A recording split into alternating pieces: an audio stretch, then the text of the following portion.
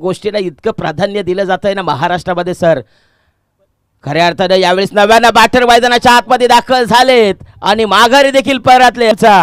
फलंदाज बाद.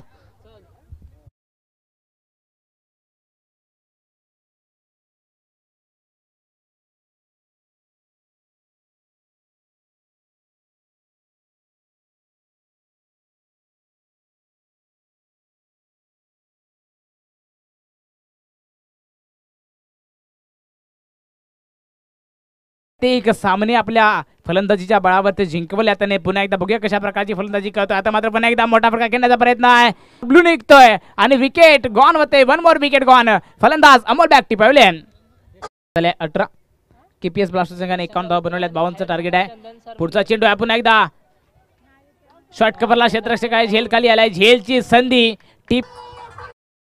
आपल्याला पुढचा चेंडू हर्ष यांचा संचित यांच्यासाठी आणि आता लो फुल टॉस चेंडू पाहूया. प्रेम कुमार येत आहे त्याच्या खाली, परंतु सुंदर असा झेल, परंतु अजूनही निर्समन गॉन आणि जवळजवळ सामना आपल्या खिशात घालताना दिसत आहेत. आणि हा सुद्धा शॉर्ट ऑफ लेनचा चेंडू होता. डीप बॅकवर्ड स्केलच्या दिशेने जातोय आणि त्याच दरम्यान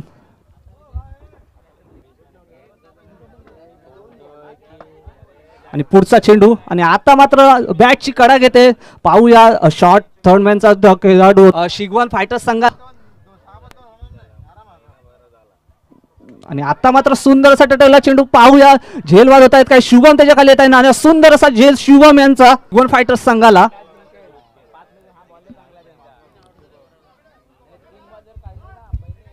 सुंदर अशी गोलंदाजी झाली. पहिल्या चेंडूवर षटकार खर्ची केला होता. त्याच्यानंतरला म्हटलं मात्र 4 बॉलवर कमबॅक केलं.